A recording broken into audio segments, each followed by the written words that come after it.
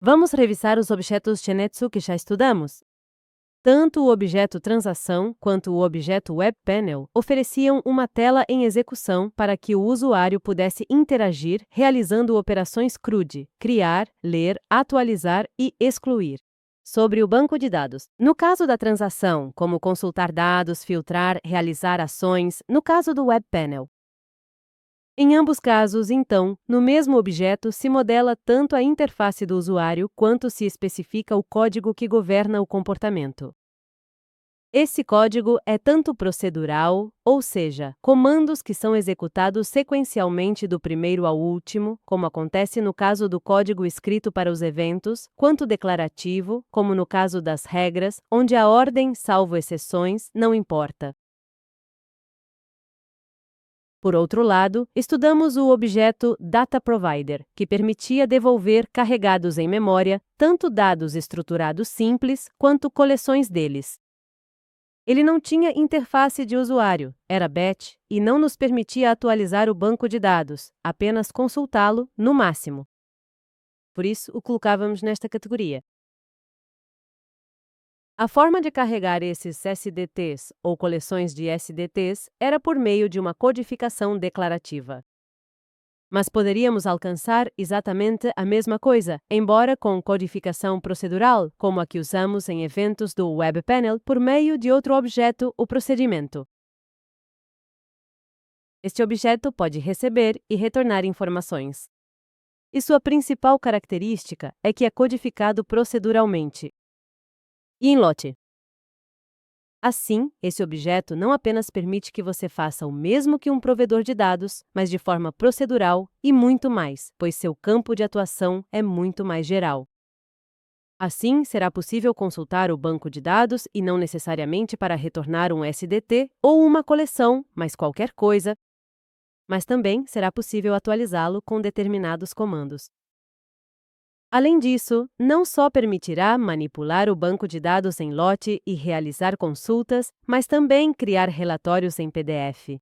Com as informações que recuperar, realizar a exportação de dados por meio da geração de arquivos Excel, XML, JSON, etc. Realize a importação de dados através da leitura de arquivos externos. Escreva ou gere arquivos no servidor. Integrar com serviços externos. Consumir ou publicar APIs. Enviar solicitações HTTP. Enviar e-mails. Realizar cálculos complexos. E muito mais. Neste vídeo, veremos um exemplo de um procedimento usado como função, onde você precisará consultar o banco de dados para realizar um cálculo. Simples, não complexo. No vídeo anterior, a partir de um SDT Attraction Info, havíamos declarado um Data Provider que retornava carregada uma coleção desse tipo de dados, filtrando na entidade Attraction as atrações turísticas de Paris. Isso era o que era retornado com os dados que tínhamos no banco de dados, que eram essas duas atrações de Paris e esta de Pequim. Para cada item da coleção, a ser devolvido a cada membro que o compõe. Atribuímos um atributo a cada um, exceto ao último, ao qual atribuímos 0, porque não tínhamos um atributo para registrá-lo. Agora, nesse valor, calcularemos isso dinamicamente para cada atração, ou seja, para cada um dos registros da entidade. Atração que satisfaz esse filtro. Como seria feito esse cálculo? Podemos pensar nisso como uma função tal que, para cada atração que satisfaz o filtro, com esses dados, Paris se identifica com o par 2 a 1, essa primeira atração, Louvre Museum, ela faz isso, cumpre o filtro. Então, será criado um item para ela. O valor que devemos calcular corresponde à quantidade de voos que chegam à sua cidade. Então, precisamos pegar sua cidade, que pelo filtro será a mesma, para assim poder recuperar todos os voos que chegam aos aeroportos dessa cidade. Com esses dados, será apenas este.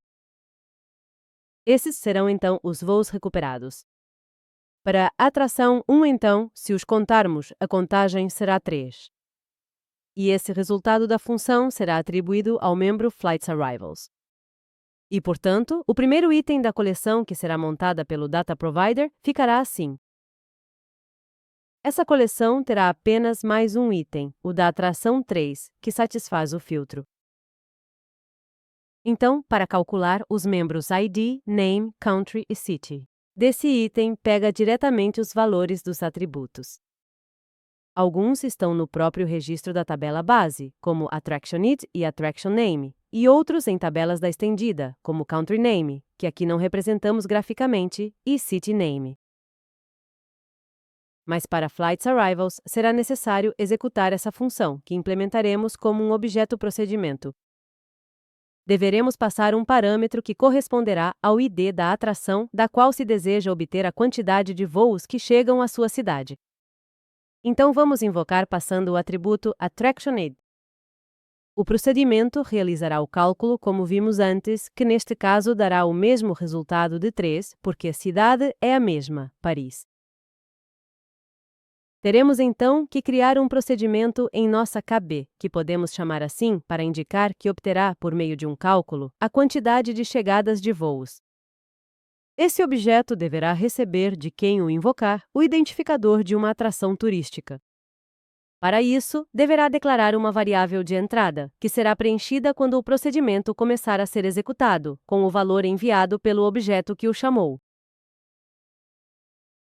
Então, se aqui colocarmos a invocação getFlightsArrivals, passando como parâmetro, entre parênteses, o valor que tiver. Nesse momento, o atributo AttractionID, para a primeira iteração do grupo, terá o valor 1. Então, será enviado o valor 1 ao procedimento, que inicializará a variável com esse valor e ali começará sua execução. Quando terminar, o procedimento deverá devolver a quem o invocou um número que será calculado dentro do próprio procedimento. Devemos então declarar a variável que irá registrar esse resultado. Essa variável começará vazia e será dentro do source do procedimento, em meio a todo o seu código, que ela será preenchida. O valor que o procedimento devolverá a quem o invocou será o valor que a variável tiver ao terminar a execução de todo o código do source, uma vez que se chegar ao final. Portanto, será necessário definir essas duas variáveis no procedimento, mas além disso, será preciso indicar que serão parâmetros para comunicar este objeto com quem o invocar. Agora, vamos pedir ao nosso assistente virtual que inicialize para nós um novo procedimento técnico, POE. Este procedimento chama-se getFlightsArrivals, que tem como função principal receber um ID de atração específico e, em seguida, retornar o valor exato para a nossa variável FlightsQuantity. Neste momento, ele está solicitando a seus agentes especializados a resolução do caso. Aguardamos. Certo, aqui está. Ele nos respondeu após ter criado o procedimento. Percebemos que ele criou as duas variáveis dentro dele. Para a atração, identificação, você não escolheu o tipo de dados correto, mas não tem problema, nós vamos alterar para você. Observemos que temos a clássica aba de source e que ele deixou aqui este comentário. É aqui que devemos escrever os comandos para atribuir valor à FlightsQuantity, que será a variável de saída, porque se observarmos a seção de regras, vemos esta declaração. Trata-se da regra parm, que é a que especifica os parâmetros que este objeto irá trocar com quem o invocar. Repare que se trata de uma lista ordenada de parâmetros. Os modificadores in e out. Obrigado. Eles são opcionais, mas usá-los traz clareza e evita problemas. Existe também o in-out, que é utilizado quando se quer indicar que um parâmetro será de entrada e de saída.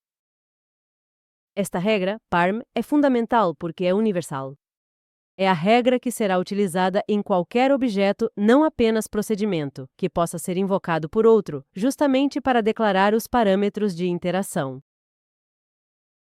Claro, poderíamos ter criado este objeto procedimento nós mesmos com New Object, escolhendo Procedure.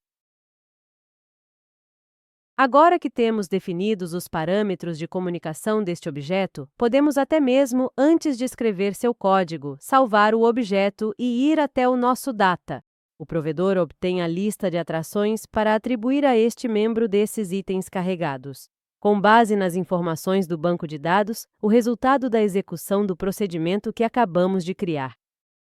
Vemos que, como assim? Assim que você começa a digitar seu nome, ele já nos é oferecido. Entre parênteses, devemos indicar o que devemos passar como parâmetro, e será o atributo Attraction ID. Será o mesmo que este Attraction ID, que é o valor do atributo do banco de dados para cada iteração. Fica bastante claro que, como o procedimento recebe um parâmetro de informação e devolve um resultado, podemos pensá-lo como uma função. Agora sim, só nos resta programar o procedimento. Ou seja, escrever o código pelo qual realizaremos o cálculo. Faremos isso no próximo vídeo.